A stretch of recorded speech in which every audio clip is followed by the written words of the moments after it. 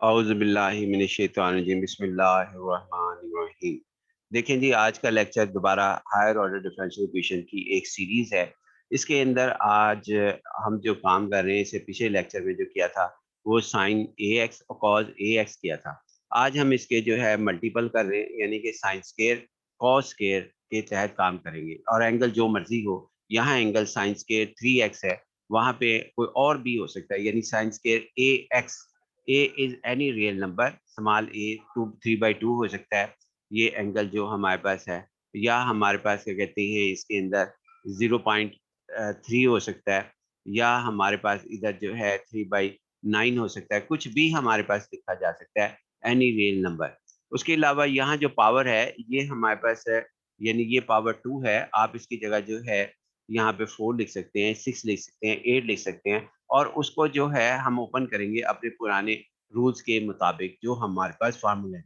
एक तरीक़ेकार ये होता है, दूसरा तरीक़ेकार भी हमारे पास मौजूद है पावर्स को ओपन करने के लिए, लेकिन फ़िलहाल जो आज हम तरीक़ेकार करेंगे, उसी के मुताबिक आप जो है इसको ओपन कर लेना। लेकिन ट्रिग्नोमेट्रिक फ़ंक्शन या ट्रिग्नोमेट्रिक का जो चैप्टर आप इससे पहले पढ़ के आए हैं, उसको रिवाइज़ करना पड़ेगा कि कॉस 6 को कैसे हल करते हैं, कॉस 12 को कैसे हल करते हैं, और उसको सिम्प्लीफाई सिंगल पावर में यानी कॉस 1 एक्स में कैसे चेंज करते हैं, या साइन 1 रेज़ टू पावर 1 में कैसे चेंज करते हैं। यहाँ 2 हमारे पास है। फिलहाल हम आगे की तरफ जानिब बढ़ते हैं और हम इसके अंदर ऑक्सिलरी इक्वेशंस ये हमारे पास लिखी गई। ऑक्सिलरी इक्वेशन जो है वो हमारे पास इसके अंदर ये मौजूद है जी। ये इक्वेशन लिखी हमने, और D square plus 2d plus 3 मुझे नज़र आ रहा था, ये मुझे मालूम नहीं हो रहा था कि फैक्टर यहाँ पे कौन से मालूम होंगे, तो मैंने पहले ही क्वाड्रेटिक अप्लाई कर दिया दोनों सूरत हाल के अंदर, चाहे आपको ना मालूम हो तब भी, और कि फैक्टर क्या है, और ना मालूम हो जाए तब भी आप मालूम क्वाड्रेटिक इक्वेशन ब्लाइंड स्टेप के तहत हम कर सकते हैं। तो हमने ए बी की वैल्यू जो है, ए की वैल्यू यहाँ 1 है, बी की वैल्यू प्लस 2 है, और सी की वैल्यू जो है वो हमारे पास इसके अंदर सी की वैल्यू जो है वो आपके पास इसके अंदर यहाँ पर सी की वैल्यू सी की वैल्यू जो है वो 3 है। अब हमने इसे हल किया तो यहाँ तक हम पहुँच गए -2 minus plus minus 2 under root iota divide by 2। तो -2 2 से कैंसल हुआ तो आपके पास है यहाँ पे माइनस आपके पास आना था। ये माइनस ये +1 बन जाना था। यानी ये हमारे पास -1 हमारे पास आना था, और यहाँ पे +1 बन जाना था। ये हम कर लेते हैं, क्योंकि 2 माइनस हमारे पास आ गई ना, एक ये माइनस थी, यानी ये माइनस हमारे पास थी, तो इस वजह से ये पे प्लस बन जाना था। जबकि ये चेंज नहीं होना था प्लस-माइनस, प्लस-माइनस चेंज नहीं होता, लिहाज़ा यहाँ प्लस होना था, ये हम सही कर लेते हैं। और प्लस-माइनस को दोबारा करें तो वही चीज़ बन जाती है, माइनस भी ऑपरेट करें प्लस माइनस के ऊपर तो नेगेटिव भी ऑपरेट करें, दोबारा प्लस माइनस ही हासिल होगा। उसके बाद फिर हमने यहाँ पर आपके पास इसके अंदर इसको ओपन किया, यानी कि हमने यहाँ पर इसके ऊपर फ़ॉर्मूला अप्लाई कर दिया। ये जिसका हमने कॉम्प्लेक्स रूट्स को लिखने का तरीक़ेकार रियल नंबर को e raise to power +1 x कर दिया, और जो ये 2 अंडर रूट था, इसको हमने यहाँ पर इसके साथ इसके साथ हमने 2 अंडर रूट के साथ हमने यहाँ पर कॉस लगाया और साइन लगाया, और फिर हमारे पास ये सूरत-ए-हाल आ गई। यानी ये फ़ॉर्मूला कॉम्प्लीमेंट्री सॉल्यूशन जो है, वो हमारे पास इसके अंदर ये आ गया, कॉम्प्लीमेंट्री सॉल्यूशन। अब हमने यहाँ पर एक फ़ॉर्मूला अप्लाई किया, अब नेक्स्ट करते हैं पर्टिकुलर सॉल्यूशन। पर्टिकुलर सॉल्यूशन हमारे पास ये है, या पर्टिकुलर इंटीग्रल के 1 ओवर ऑक्सिलरी इक्वेशन, और उसके बाद राइट हैंड साइड जो हमारे पास इसकी यहाँ पर सवाल के अंदर लिखी होगी, राइट हैंड साइड हमारे पास। तो राइट हैंड साइड में एक सिंगल टर्म हमारे पास मौजूद है, तो हम इसके अंदर इस तरीके से करते हैं, यहाँ पे राइट हैंड साइड ये लिखी। अब उसके बाद इसका फ़ॉर्मूला हमें याद है, sine square theta is equal to 1 minus cos 2 theta. अगर ये 4 होता, यानी साइन 4 थीटा, वैसे ही बता रहा हूँ, sine raise to power 4 theta, तो यहाँ पे आपके पास दोनों तरफ एक दफ़ा फिर स्केल ले लेते। एक दफ़ा फिर स्केल ले लेते, और इसका भी स्केल आता है, इसका भी स्केल आता है, और साइन 4 हल हो जाता है। इसी तरह बाकी हम हल कर सकते हैं। इसके अलावा जो है वो ट्रिग्नोमेट्री के फ़ंक्शन हैं, जिनकी मदद से डायरेक्ट हल हो जाता है। अब यहाँ पे तरीक़ेकार ये होता है कि अगर यहाँ पे 3 है आपके पास, इसके अंदर 3 हमारे पास मौजूद है, 3 हमारे पास है, ये तो इसका डबल हो जाएगा इधर, यानी ये हमारे पास होता है 3 का डबल जो है, यानी 3 को 2 से मल्टीप्लाई किया तो 6 आ गया, तो 1 माइनस कॉस 6 होगा। ये चीज़ यहाँ पे भी लिखी हुई है कि जो यहाँ एंगल होता है वो उसका डबल यहाँ पे लिखा जाता है कॉस के साथ। अगर ये एक साइन स्क्वायर की बजाय कॉस स्क्वायर होता तो यहाँ पर आपके पास क्या कहते हैं प्लस आ जाता था, इधर आपके पास प्लस हमारे पास लिखा जाना था, लिहाजा ये हमारे पास माइनस है साइन स्क्वायर की वजह से। अब हम यहाँ पे ये काम करते हैं कि आपके पास इसमें अब इसको आगे बढ़ाते हैं। साइन स्क्वायर एक्स की वैल्यू हमने रखी, यानी साइन स्क्वायर की ये वैल्यू हमने रखी, और उसके बाद फिर हमने ये ब्रैकेट्स को ओपन कर लिया, 1/d² प्लस 2d प्लस 3 से मल्टीप्लाई किया तो ये रिजल्ट आ गया। और यहाँ पे 1 को मैंने e⁻0x लिख दिया, क्योंकि हमें मालूम है e⁻0 जो है वो 1 के इक्विवेलेंट होता है। तो चूंकि ये ऐसा लिखने की वजह क्या थी, ताकि डी की वैल्यू जो है वो हासिल हो सके। डी की वैल्यू यहाँ पे 0 हासिल होगी। फिर उसके बाद ये सारा जो है 1/d² प्लस 2d प्लस 3 इससे मल्टीप्लाई कर दिया, और ये हमारे पास रिजल्ट जो है 2 सवाल बन गए। एक सवाल तो ये d इज़ इक्वल टू 0 के साथ हमने हल किया, यहाँ 0 पुट किया, ये 1/2 एज़ इट आ गया, और फिर उसके बाद प्लस 3, तो ये और ये सवाल को मैंने I1 कह के दोबारा आगे की तरफ बढ़ाया। इसका सवाल का जवाब तो 1/6 आ गया, जो कि मैं आगे नेक्स्ट में सिंप्लीफाई कर लूँगा। लेकिन ये जो हमारे पास सवाल है, इस सवाल को मैंने I1 जो है वो कंसीडर किया इस पूरे क्वेश्चन को। I1 यहाँ पे लिखा, इसमें नेगेटिव मैंने नहीं लिखा, और इसके बाद यहाँ पर इसको लिख के किया। अब इसके अंदर वही चीज़ कि हमने देखना है कि d² और इसकी हायर पावर जो-सी है मौजूद है, यानी यहाँ पे d² से हायर पावर क्या मुराद है, d³ d4 d5 d6 d7 d8 up to जो है एक फाइनाइट नंबर अगर हो d² से ऊपर, तो हम उसको कन्वर्ट कर देंगे अपना किसमें, अगर मिसाल के तौर पर D7 है तो हम इसे लिखेंगे D6 इंटू डी, और D6 को लिखेंगे d² raise to power q, जिस तरह हमने पिछले लेक्चर्स के अंदर ये सवाल हमने किया था, अब हम नहीं कर रहे। तो d² जो है हमें यहाँ पे d² ही चाहिए, ही चाहिए, और d² एक ही है, इसको सिंप्लीफाई नहीं हम कर सकते। तो लिहाजा d² की वैल्यू जो है, यानी एक ही d² है, इसको मज़ीद स्प्लिट नहीं किया जा सकता, क्योंकि हम चाहते ही d² में स्प्लिट करना है।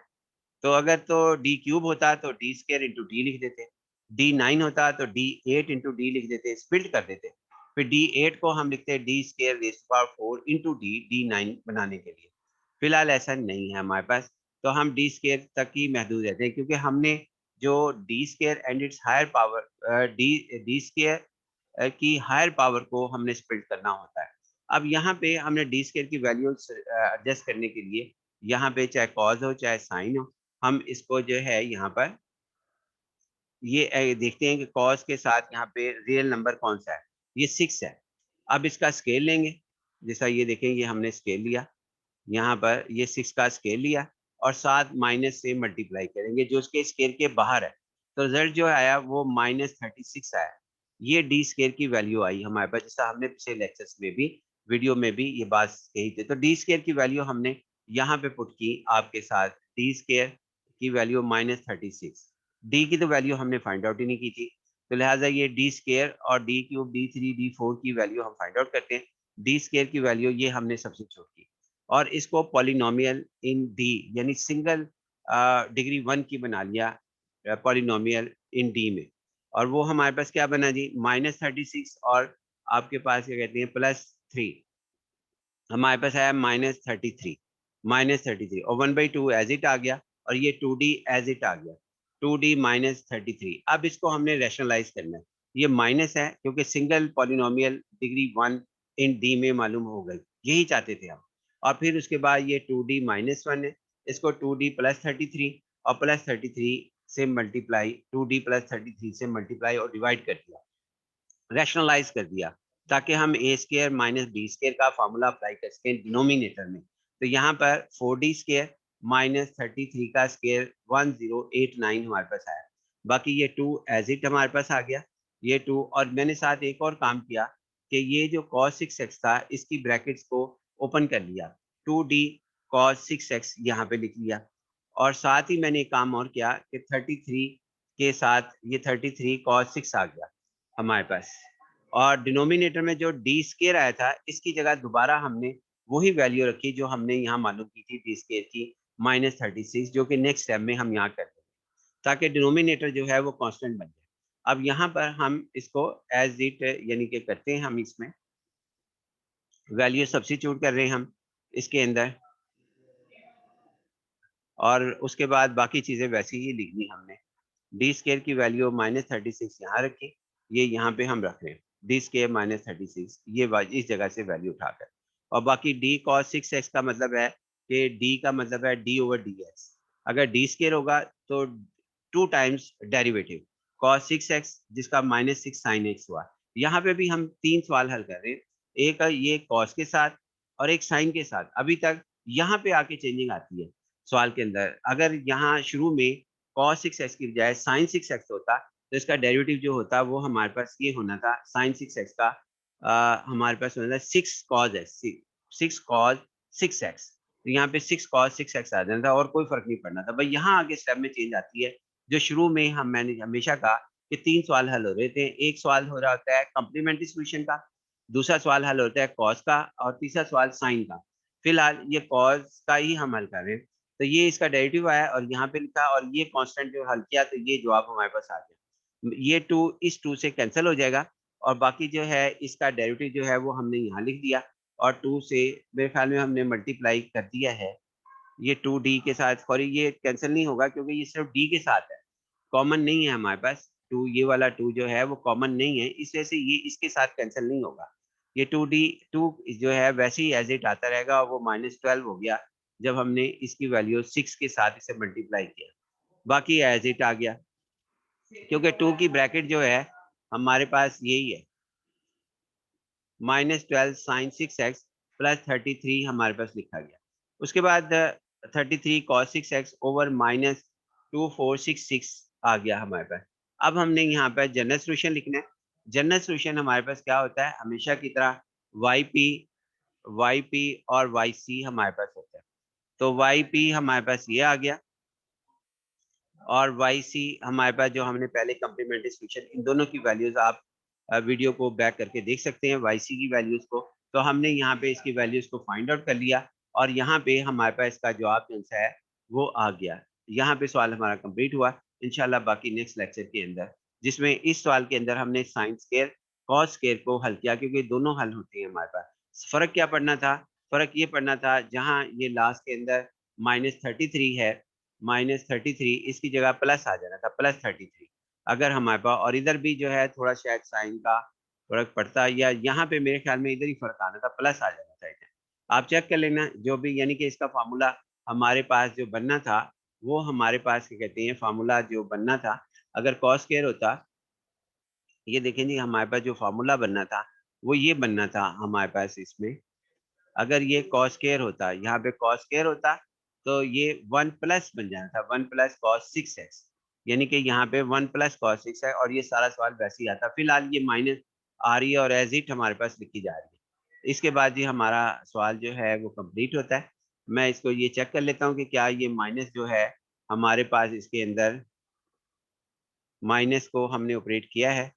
तो मेरा ख्याल है कि माइनस को हमने इसके अंदर, हाँ जी, ऑपरेट किया है। ये देखिए ना, ये प्लस लिख दिया हमने इसको, यानी वो माइनस को हम साथ ले गए जो शुरू में थी। इस माइनस को ऑपरेट किया, तो आपके पास या ये माइनस पहले कॉमन ले ली, तो ये माइनस हुआ, फिर एक और माइनस से मल्टीप्लाई किया तो ये प्लस बन गया, जो शुरू में I1 में पहले लिखी हुई थी इसके साथ, जो हम लेके नहीं चले थे। बाकी इंशाल्लाह जी नेक्स्ट लेक्चर में। अल्लाह हाफ़िज़ जी। अस्सलाम वालेकुम।